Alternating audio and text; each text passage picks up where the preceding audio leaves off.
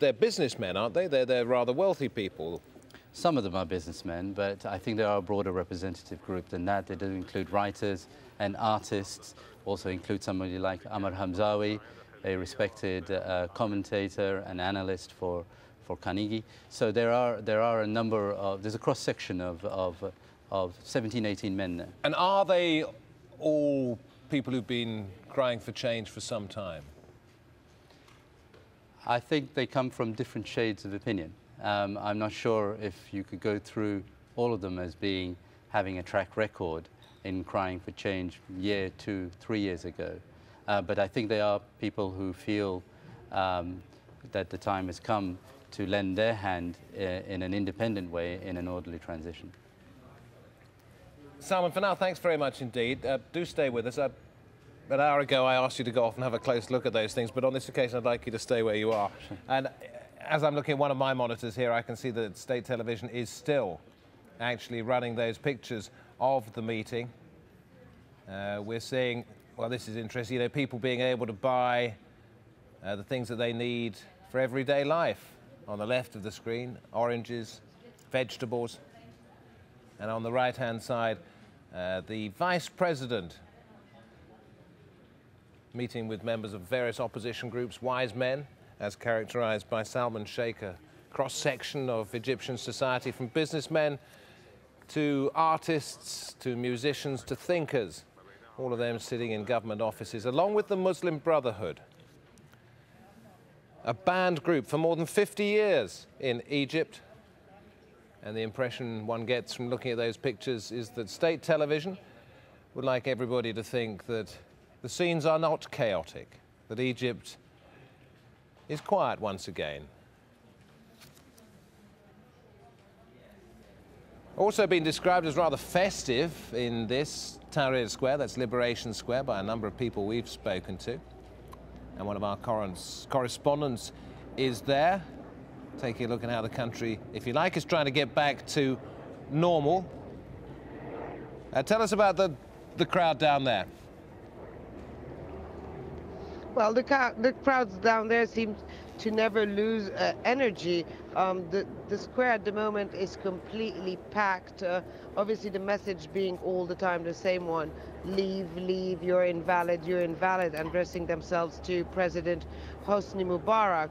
So there is also, I have to sort of describe a bit the organization in this crowd now. When you see people that are picking up the garbage because they don't want to be tainted by the idea that they're damaging public property and public premises. There are other people, volunteers, who are very much taking care of security, trying to pinpoint among the crowd whether there's any kind of infiltrators, or what they call infiltrators, being member of the security forces in plain clothes or supporters of the National Democratic Party. So a whole huge organization going among this huge crowd that keeps on pouring into the square.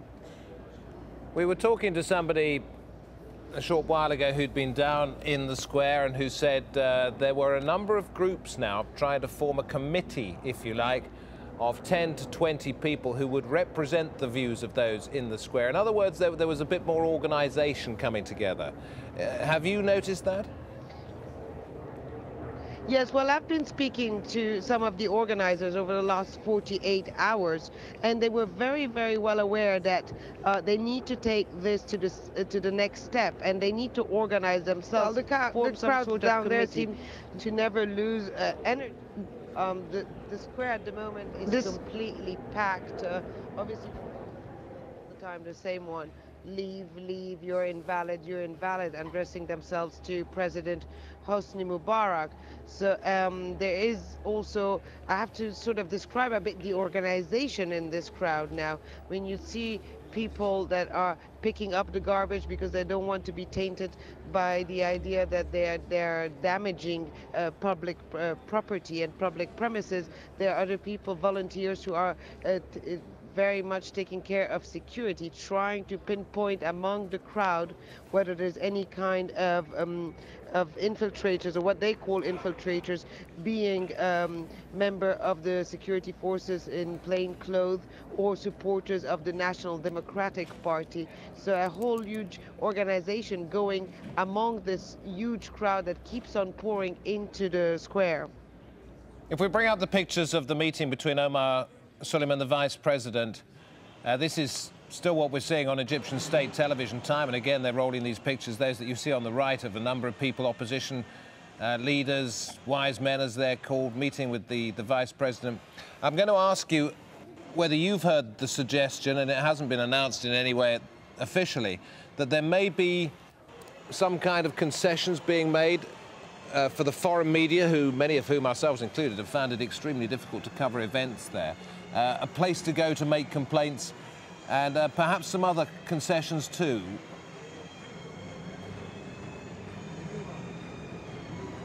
Well, we've lost the line to our correspondent there. We'll try and re-establish it. Salman Sheikh is with me in the studio. It has been very difficult for a lot of people to get information out. Not only was the internet cut and broadcasts curbed, a lot of complaints from the media that they've been facing a lot of harassment in this area. Yes, I believe it's unprecedented, actually. I'm sure Al Jazeera and other networks have covered international crises around the world and over the years. And from what we've been hearing from other journalist syndicates, is that this has been one of the most difficult environments in which to operate. And in the course of the last 30 years, in the time that Mubarak has been president, the restrictions on the press have been pretty fierce anyway. Yes, they have. Again, emergency rule has dictated that. So it's been extremely difficult, for example, to say anything against the president. As we saw a couple of years ago, there was speculation about his health. Landed 3 quite prominent Egyptian journalists and editors in jail. So there's been a continuing pattern. Just like you to comment on the suggestions that are out there in some of the media outlets that the United States may be rowing back a little bit, and other European leaders may be doing the same thing, and actually saying, when we say an orderly transition, we don't mean he has to go now, we simply mean that he has to pass on some of his powers, and maybe he could stay there till September. Are you noticing a shift?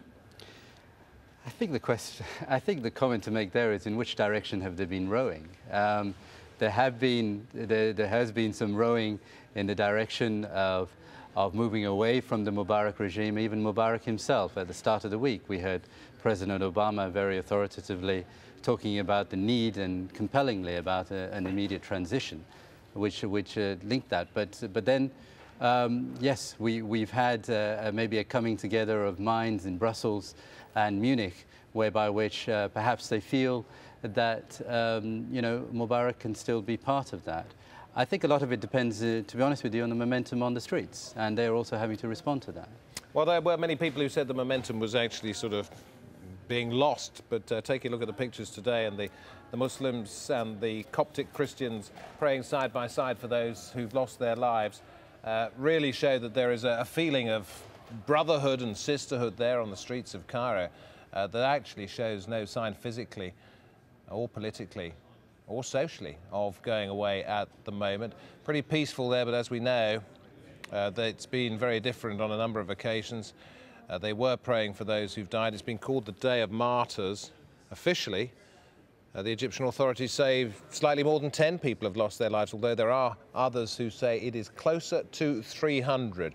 We're going to show you something now, which you may find a little bit disturbing, but it's extraordinary in itself that we have pictures of 2 separate groups of people coming under fire.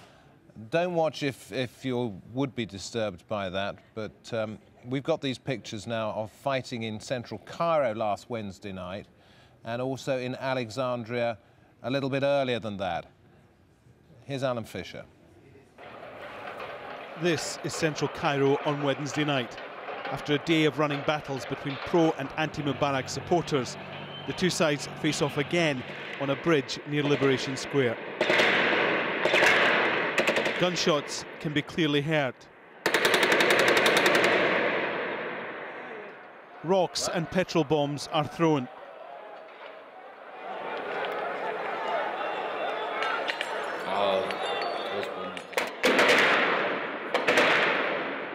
As the shots continue, people seem unmoved, but as they get closer and more sustained, they begin to duck. The camera finds a man laid out on the ground, his friends trying to lift him. A hand goes up, almost pleading for time for the shooting to stop. But more shots ring out, and 2 more people fall to the ground. If we watch in slow motion, at the bottom of the screen, there are bright flashes where it